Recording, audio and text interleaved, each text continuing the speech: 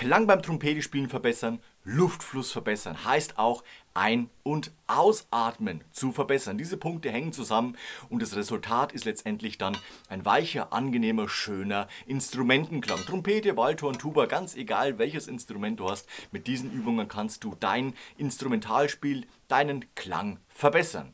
Natürlich gibt es Utensilien, wie zum Beispiel Astra, ein Stück Schlauch, Geräte zum Ein- und Ausatmen etc. pp. Hier hängt auch noch eins, also ihr seht, und es sind nur einige, hier ist auch der Keller voller solcher Trainingsgeräte, aber um erstmal zu diesen Geräten zu kommen, sollte man anfangen, regelmäßig und vor allem mit Kopf sein Instrument zu üben. Weil vom Prinzip her haben wir eigentlich alles da. Wir haben das Mundstück, wir haben die Trompete, wir haben ein Mundrohr, das können wir dann auch noch aufmachen, damit eben die Luft fließt, wir uns an ein freies Luftflussgefühl gewöhnen können, dieses idealerweise natürlich auf die Trompete dann auch übertragen können. Also, wie starten wir mit dem Ganzen? Wichtig ist immer, dass wenn wir einatmen, wir nicht eng einatmen. Das ist schon mal das Wichtigste. Man kann auch seine Arme dazu benutzen. Allein wenn ich schon die Arme hochnehme, kann ich viel freier in die Tiefe einatmen. Es geht darum, dass wir weit und offen sind und die Luft frei in uns und aus uns herausbekommen. Wenn ich das jetzt auf die Trompete übertrage, dieses freie, offene Einatmen und natürlich Ausatmen,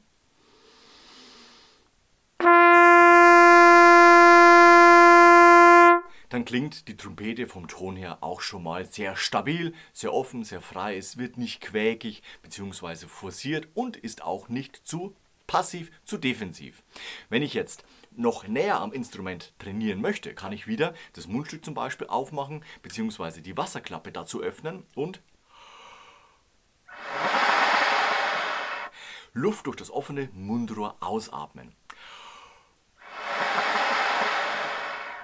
Wenn du das 4, 5, 6 Mal machst, wirst du bemerken, beim Übertrag auf die Trompete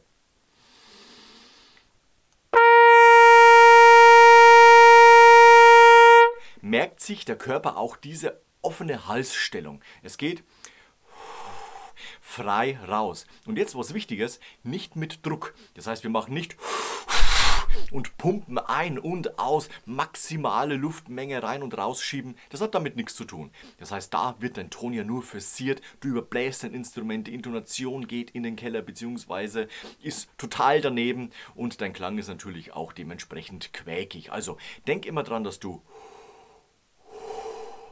offen im Hals bist und du wirst merken, du bekommst auch durch diesen offenen Kehlkopf sehr schnell sehr viel Luft in dich eingeatmet. Die offene Halsstellung erinnert uns an das Gähnen. Der Kehlkopf ist weich, ist offen und genau das können wir uns zunutze machen, indem wir eben imitieren zu gähnen. Wenn du gähnst, achte mal drauf, was hier passiert und wie der Körper Luft in sich hineinzieht. Und das ist einfach eine ideale Ausgangssituation für unsere Klangoptimierung auf unseren Blechblasinstrumenten. Wenn du dieses Training und vor allem auch regelmäßig Trompete übst, regelmäßig meine ich nicht einmal die Woche, sondern es sollten schon 5 Mal die Woche sein, dass du sagst, okay, ich bemerke wirklich Fortschritte und ich kann auch feststellen, dass ich zum Beispiel beim Einatmen genau dieses enge Halsgefühl habe, dann kann ich natürlich Übeutensilien dazu nehmen, wie zum Beispiel ein Stück Schlauch.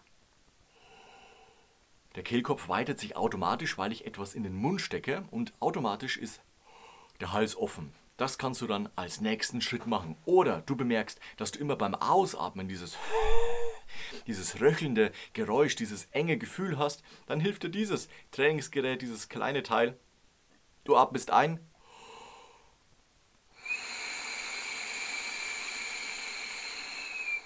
und Luft strömt aus diesem Trainingsgerät raus. Natürlich kann man auch hier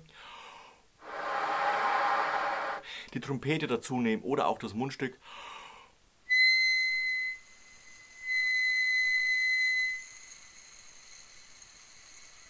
Da immer mit dem Gefühl arbeiten, wie viel kann denn eigentlich die Bohrung des Mundstücks überhaupt an Luftstrom aufnehmen.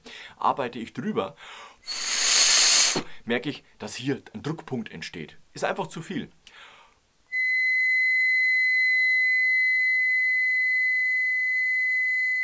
Und das wäre die ideale Luftmenge gewesen. Und das natürlich dann wieder aufs Instrument übertragen.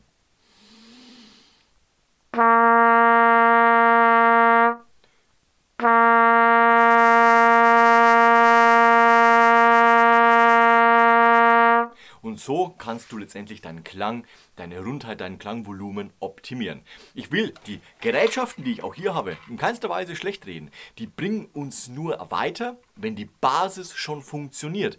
Oder du eben feststellst, da habe ich ein Problem und jetzt brauche ich ein Trainingsgerät, was genau dagegen arbeiten kann. Das heißt, wie zum Beispiel hier, offener Hals. Oder ich habe das Gefühl, ich bekomme gar nicht so viel Luftmenge rein. Ja, da gibt es auch unzählige Geräte und so weiter und so fort. Einatmung, Ausatmung. Es ist einfach ein Riesenmarkt, aber kauf nicht blind, sondern informier dich vorher oder frag bei deinem Lehrer nach, welche Gerätschaften denn jetzt einen Schritt weiter zum Training optimiert werden können, welche Trainingsgeräte dich in deinem Trompetespiel nach vorne bringen. Hast du das Gefühl, dass irgendwo eine Blockade ist, sprech immer mit den Experten, deinem Lehrer im Musikhaus nachfragen, beziehungsweise schreib mir einfach eine persönliche Nachricht, dann können wir uns auch darüber austauschen. Also, denk immer dran. Weich, offen, das Ganze auf die Trompete übertragen, auf dein Blechblasinstrument und du wirst bemerken, innerhalb kurzer Zeit wird sich dein Ton und dein Spielgefühl optimieren. Dabei wünsche ich dir viel Erfolg, lass am Ende ein Like und Abo da. Wir sehen uns nächste Woche zu einem neuen Video rund ums Instrumentalspiel der Trompete. Bis dahin, ciao, euer Nico.